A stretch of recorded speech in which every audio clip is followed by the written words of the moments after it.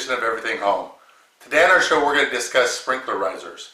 Now we had a question come into our website, everythinghometv.com, from John in Tampa, Florida, and he wanted to know the best type of riser to use on his sprinklers in his lawn.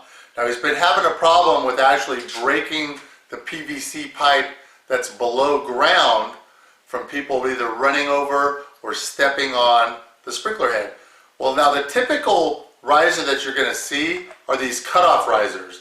Now those typically will spin directly into the joint on the PVC, whether it's a T because it's in the middle of the line, or at the end of the line you'll have a 90-degree typically coming up to where the riser goes onto that, and then your sprinkler head attaches directly on to that riser. Now you can adjust this riser by the height by just cutting it off, and you can actually have the sprinkler down lower.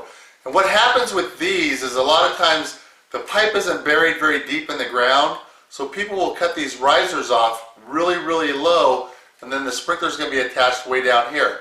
Well, now if something hits this riser and this sprinkler head on top, it puts a lot of force on this joint here, and you can break your T. Now what we're going to show you is even a better way to put these together by using what we call a swing arm. Now we're going to take a few minutes, we're going to show you how to put one of those together and how to attach it to make it more flexible so that you don't actually damage the pipe below. Let's get started on that. Now swing joints are really easy to make. You can actually buy them pre-made, but we're going to show you how to make one from scratch.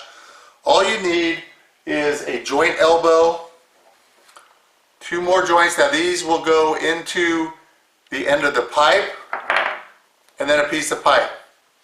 Now first thing you're going to want to do is cut your pipe to length for what height you're going to want the riser to come up.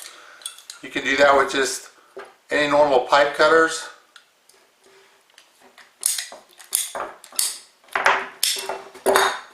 Once you have that cut, you're going to slip one of the elbow joints onto one end. You're going to put the other one on the other end.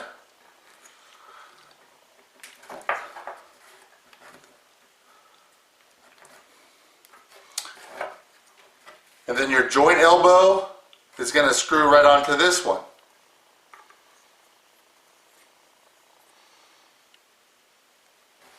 Now that you have that put together, we'll show you how that attaches to the pipe itself.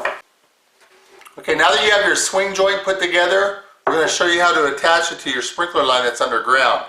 Now this one had a T in it. Like I said, sometimes you'll have a 90 coming up on an end of the run, but this one was midway in. So this is where your cutoff riser used to go, in that like that, with the sprinkler head on top of it. So now what we're going to do is we're going to take this swing joint that we put together, and we're going to screw that into the sprinkler pipe. Now you don't want to over tighten this, but you want to get it good and snug. So now that you have that in there good and snug like that, then on the end here, that's where you're going to be attaching your sprinkler head. And as you can see, you have movement in this, up and down, and flexibility.